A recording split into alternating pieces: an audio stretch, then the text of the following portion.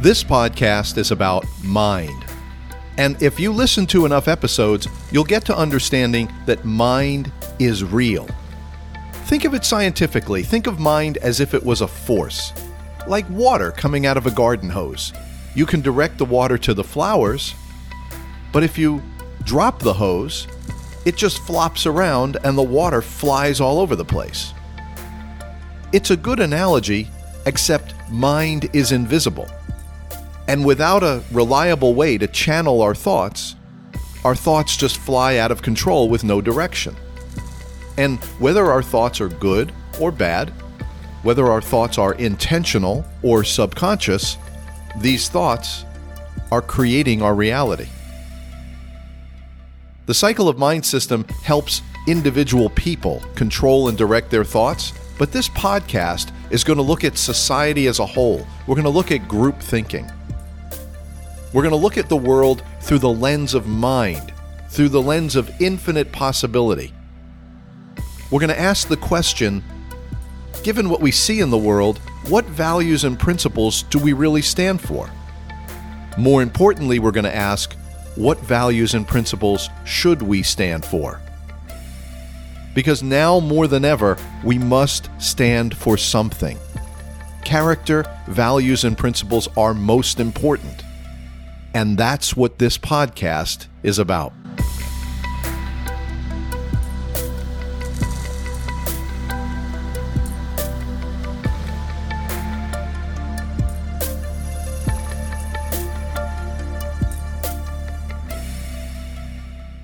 Welcome back. I'm Alan Gordon, creator of the Cycle of Mind system. The notes from this episode are going to be on my blog, so just relax your mind and enjoy. And we can chat, or you can get answers to any of your questions on my Facebook group. So go ahead and join that. I want to start today by relaxing and taking a few slow, deep breaths. But most importantly, not only do I want you to relax your shoulders, I want you to relax your mind. And I want you to really absorb the importance of what I'm sharing with you today. So take some slow, deep breaths. Just slow yourself down. Remember, each time you breathe, relax your diaphragm and engage your diaphragm with every breath.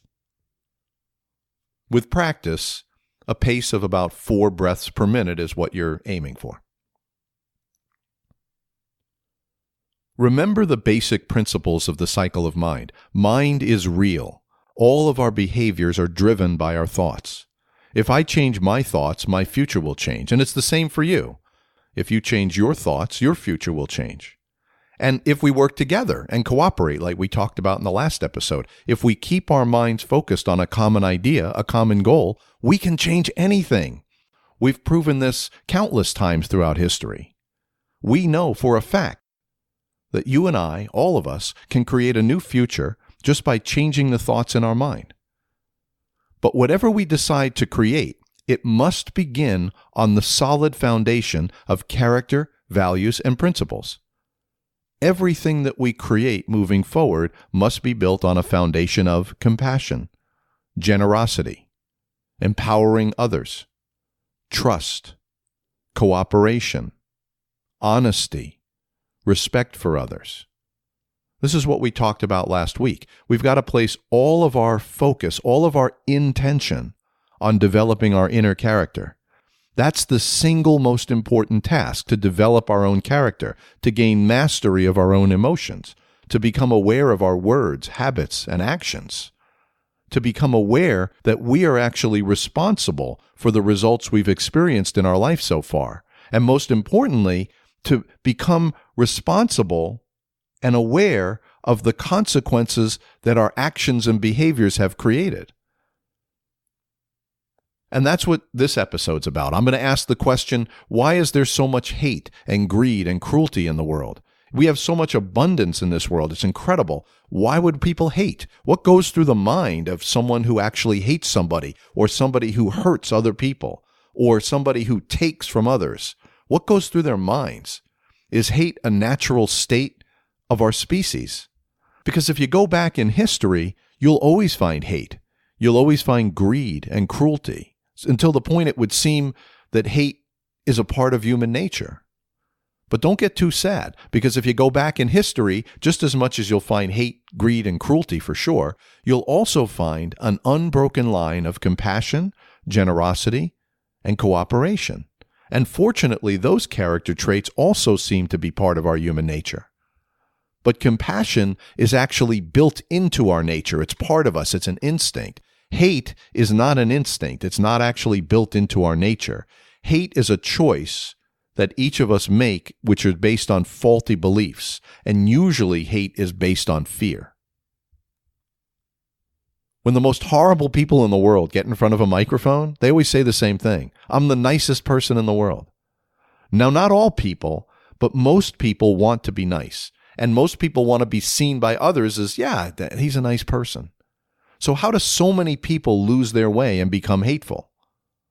We're not born hating. We have two polarities in our nature, but hate is not one of them. Hate is a mental disorder. It's not natural.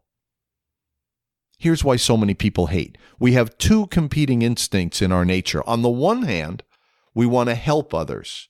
We want to look out for other people. We want to make sure that they're taken care of properly. On the other side, we have an instinct to protect our own interests. We want to make sure that we're taken care of. We have a desire to nurture others, but we also have a need to protect and defend ourselves. They're both instinctual. Helping other people and protecting our own interests, they're both built into us. We should help others. It brings happiness to those we help. It makes us feel great to help someone. It brightens our energy. But it also seems perfectly logical that we should want to protect our own interests. For example, if I put $1,000 in the bank, I want to know when I log onto my computer tomorrow that the money's still going to be there because I was planning to use the money to pay bills. Wanting to protect your own interests isn't a bad thing. Who wants to live in a world where everybody steals from everyone else? Who wants to live in a world that's not safe, where your interests are constantly under attack? We want our interests to be protected. This is a really, really important instinct in human beings, protecting our own interests. 3,800 years ago, in Babylon, a king named Hammurabi wrote the first laws that protected the interests of his citizens. Now, whether this was actually the first laws ever written, we can't say, but what we know is this code of Hammurabi was chiseled on a stone, and archaeologists actually found the stone. And this real stone with laws chiseled on it sits today as one of the many, many priceless treasures in the Louvre Museum in Paris. From Wikipedia, nearly half of the code deals with matters of contract. For example, establishing the wages to be paid to an ox driver or a surgeon, for example. Other provisions in the code set the terms of financial transactions, the liability of a builder for a house that collapses, or if property is damaged while left in the care of another person. Fully 1/3 of the code addresses issues concerning household and family relationships, such as inheritance, divorce, paternity, and adultery. Only one provision appears to actually impose a government obligation, and this provision says that if a judge alters his decision after it is written down, that judge will be fined and removed from the bench permanently. Hammurabi agreed. The Babylonian society agreed. We have to respect the rights and interests of others, and we have to expect that our rights and interests will be protected. And here it is in stone, the laws. He set out these laws to make sure that everyone respected the rights of others. Now, to be sure, there are a lot of flaws in the code in terms of women's right or slavery. But the general idea, unless you were a woman or a slave, is that people have a right to know that their interests are not being violated. So here's actually from the code. If a merchant should trade with another merchant, the buyer shall fairly compensate the seller, and the seller shall provide a receipt for the sale. If a herdsman to whose care cattle or sheep have been entrusted, if he be guilty of fraud or make false returns of the livestock, or sell them for money while under his care, then he shall be convicted and pay the owner 10 times the loss. If someone should commit a robbery, he shall be put to death. If a son strikes his father, his hands shall be hewn off. And this is what really makes the Code of Hammurabi famous, is this next one. If a man destroys the eye of another man, they shall destroy his eye. If one break a man's bone, they shall break his bone. This need, this instinct to protect our own interests is very real, and that's why we have laws in our society. As a single guy, I had my own interests to consider, and then I got married, and now I had to protect the interests of two people, and then we had children, and my group grows, and I need to protect our interests. Then, say we buy a house in a neighborhood. Now we have to protect the interests of the neighborhood. They want to put a nuclear dump, across the street. We can't allow that. We have our rights. Our rights have to be protected. We are born into certain groups, and over time, we acquire more and more groups, and we naturally want to protect the interests of our group. It's human nature. These are primary instincts, an instinct to help others and an equal instinct to protect ourselves. They're both part of us. We are polar in nature. Now, because every single one of us is different, we're all unique, we're always going to have different interests. Always. We're all different. No two of us is the same. We're always going to have disagreements. One person is trying to protect his own interests, and the other person thinks that the other guy is ignoring his interests. When these disagreements arise in our life, as they do all the time, shy people don't say anything and let the other person walk all over them, and aggressive people stand up for their own interests. And the whole point of having laws is if someone is egregiously hurting the interests of another, if someone is not cooperating with the other person and they can't work it out amongst themselves, the courts become involved and the appropriate law is followed, right? Disagreements happen all the time. And understanding how we handle disagreements is the key to understanding human nature. When you have a disagreement, it lands you on a seesaw. Up and down. Someone's going to win, someone's going to lose. I want to give you a life lesson that I learned at 7 years old and I've never forgotten. If you're ever on a playground, don't play seesaw with somebody you don't trust. You're going up, you're going down, everything's fun. Then all of a sudden they go down. And what do? They give you that evil look. They get off the seesaw. And what do? They let it go. And you get dumped. And that hurts. When we disagree, one person's going to win and the other person is going to lose. One of you is going to get dumped. And when you get dumped, you get angry. And when your interests are violated enough times, you start to believe that you can't trust anybody. Everybody's always going to dump you. So you're always ready to fight to protect your own interests. Then you are the one who starts dumping other people. This is called win-lose thinking, and it's not something we're born with. We are born with an instinct to protect our own interests, but we're not born with an instinct to hate and destroy. This is why naturally laws developed in our civilization. Laws were a peaceful way to protect our own interests.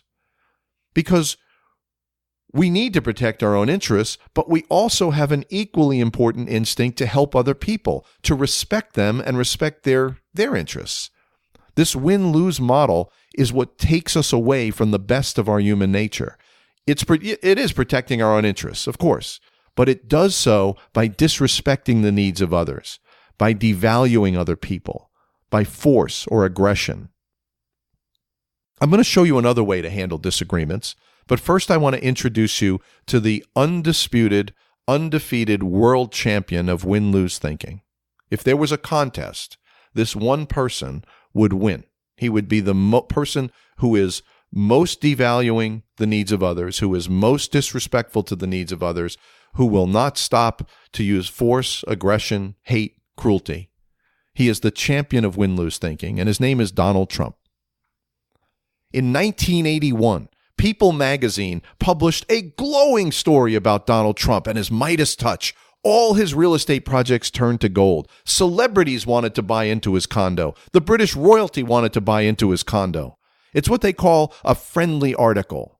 Whatever Donald Trump told them to say, they said in the article. It was an extremely positive article. I'll put a link to it in the blog, but it's the last paragraph that catches my attention. This is 1981. This is Donald Trump. Man is the most vicious of all animals. I'm going to repeat that. Donald Trump said, man is the most vicious of all animals, and life is a series of battles ending in victory or defeat. You just can't let people make a sucker out of you.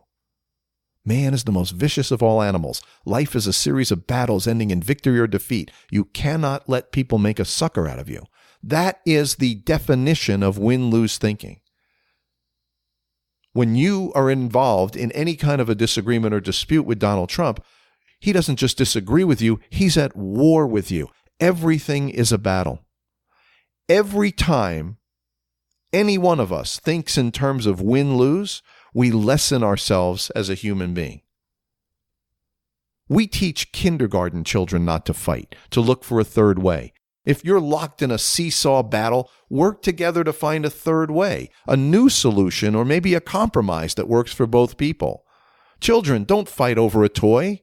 Look over here, there are dozens of toys you can play with. You don't have to fight with each other. Just look for different ways to meet the needs of both people. These are real words that kindergarten teachers say to 4, 5, 6, 7-year-old children. This is the opposite of win-lose thinking. It's called third way thinking. We know it, we just don't follow it. We train kindergarten children to think like this. Don't fight. Nobody needs to get dumped on the seesaw. That's just not nice. And we want you to be nice. This third way method of resolving disagreement encourages trust, cooperation, and valuing the needs of others. Now, I want to make clear, I'm not talking about negotiating a nuclear arms treaty with North Korea. I'm not talking about a situation with an enemy that might attack us. I'm talking about disagreements among family members, among friends, disagreements with a neighbor, disagreements with your coworkers or your boss, disagreements with a store clerk, disagreements among citizens of the same country.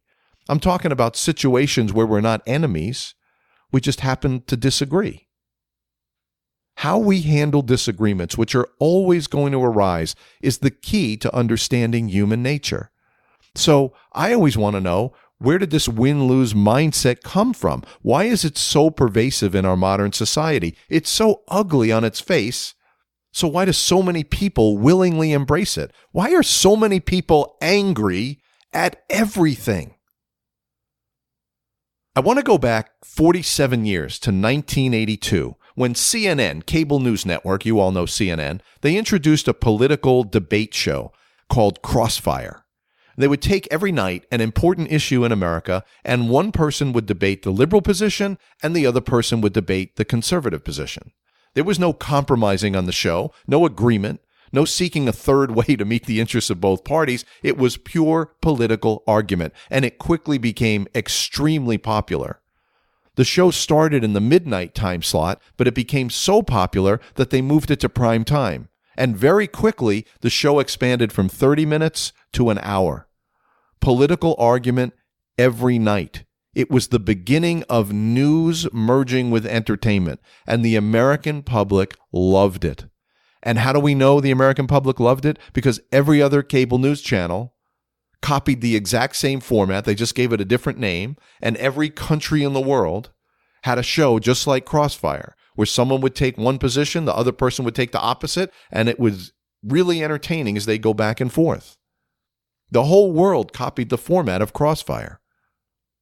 No compromising, no agreement, no seeking a third way. Just argue. Well, after more than 20 years of Crossfire, in 2004, Jon Stewart, a comedian who was promoting his new book, appeared on the show Crossfire. I'm going to put a link to that YouTube video so you can hear what he said. He criticized the format and the argumentative style. He said the program was failing in its responsibility to the public and reduced these important arguments to, quote, partisan hackery, reducing important issues to a series of talking points from both extremes of the political spectrum. It's hurting America. Stop. You have a responsibility to the public discourse, and you're failing miserably. End of the quote. A year later, in 2005, CNN actually canceled the show, and in their statement, they said that the show did not reflect the societal values of CNN, but it was way too late. The damage had already been done. This type of partisan hackery, reducing important issues to a series of talking points, infested our thinking. Argument was entertainment.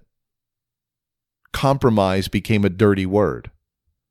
It turned the masses into partisans, hysterically shouting at each other that their ideas were right, nobody else's ideas mattered, and it manifested itself in many subversive ways. It's not a coincidence that corporate CEO pay ratios in the United States went from 40-1 in the early 1980s to 400-1 by the end of the 1990s.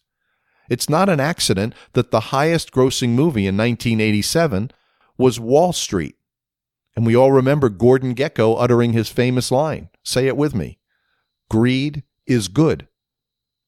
We saw it happen right before our own eyes, how these types of programs were used as entertainment, but in the background they were normalizing fighting. They were ignoring each other, devaluing the opinions and needs of others. Win-lose conflict was now mainstream. We taught our children not to fight, to look for third-way alternatives, but the adults would fight about anything. And politicians, this was the craziest thing. They actually got good at ignoring the question and just repeating their talking points. I'd never seen anyone do that before. Usually, somebody would ask a politician a question and they would give them a thoughtful answer. But now every politician does it. They just ignore the question and repeat their talking points. Because what happened is they realized, because everybody wanted to argue and hate and fight, they realized that if the politician would engage in discussion, and if he would acknowledge the opinions of the other side and validate their opinions, their poll numbers would go down because people didn't want to see them give an inch to the other side. Compromise and cooperation became a dirty word in the 80s and into the 90s, and right up until today, honestly, I don't see how it can get any worse than it is now. These completely different methods of resolving disagreements, either the win-lose seesaw method where we dump the other person, or the third-way model that our kindergarten teachers teach us to respect one another and respect each other's needs, this is critical to understanding ourselves. We're doing this every day. We have thousands and thousands of interactions where we disagree and potentially disagree with people all the time. It's just the nature because we're all different. Think about how you deal with these interactions. Some of you might be really great and respectful and compassionate and, yoga instructor at work, but then might have dysfunctional moments with your family. Or maybe you become short or terse with a store clerk. Or maybe on your job in customer service, you're always nice, but then because they tell you to be nice, but then when you go home, maybe you're not so nice. I don't know. Just think about it, because how we deal with thousands of these day-to-day interactions, it not only affects other people, it creates a stream of constant consequences for ourselves. It creates a negative reality for ourselves. We create our own negative reality with our own thoughts, actions, and behaviors. Third-way thinking forces us to consider the needs of others, and it leads us to compassion, generosity, lifting other people up, and most importantly, cooperation. And all of these things are needed because that is how we express our natural impulse to help each other. The win-lose method of resolving disagreements leads us away from being a good person. It leads us to anger and conflict and hate and greed, devaluing others, power over others, and all of that goes against our natural instinct to help others. Every time we do this, we diminish ourselves. Win-lose thinking is wrong thinking. And here's what drives this need to devalue other people or to gain power over people. It's fear. We're afraid of losing something, and we think that they're going to take it from us, and the only way we know is to fight. Fear is the root cause of all negativity. And in our society in the 80s and 90s and right up through today, fear has been used as a weapon to create anger and mistrust among us. And it's been used as an excuse for hate, and God only knows what I'm seeing now, cruelty. But fear is not new to the world. Fear has always divided us. And in the next episode, I'm going to make the case for compassion as the tool that we need. Each one of us individually must adopt this tool because compassion is the tool we need right now to unite us. If you enjoy the topic of mind, go ahead and subscribe to this podcast so I can get you notifications when new episodes become available. We're only just scratching the surface here. We have so much more ground to cover on the topic of mind. If you want to support this podcast, The best thing you could do today is go to the Apple Podcast app and give the Cycle of Mind podcast a 5-star rating and a 5-star review. I would be very grateful if you did that. Also, feel free to jump onto my Facebook group where we're always talking about mind, and I'm going to be having some live Q&A sessions on Facebook very soon. For those of you who want to dig deeper into the Cycle of Mind system and begin taking control of your own thoughts, your first step would be to register for a course in self-awareness. That will get you plugged into the system and on the right path. Thank you very much to all those who are actively supporting this podcast. Have a great day today. How can you make it a great day? Well, here's how. Keep your mind focused on compassion.